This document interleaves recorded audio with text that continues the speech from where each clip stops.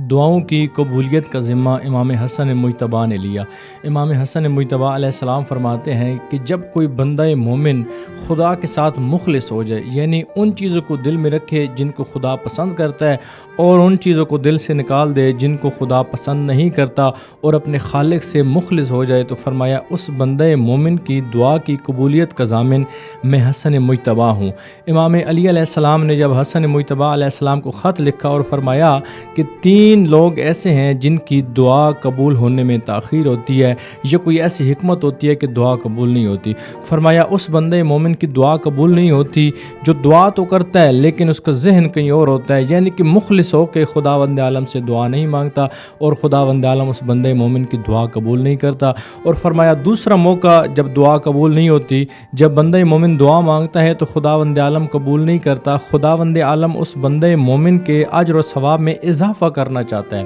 پھر فرمایا تیسرا مقام وہ ہے جب خداوند عالم بندہ مومن کی دعا قبول نہیں کرتا، فرمایا یہ وہ مقام ہے کہ جب خداوند عالم یہ فرماتا ہے کہ اس بندے مومن کی دعا قبول نہیں کروں گا، بلکہ کوئی ایسا موقع آئے گا میں اس کے بدلے اس سے بہتر اس کو عطا کروں گا۔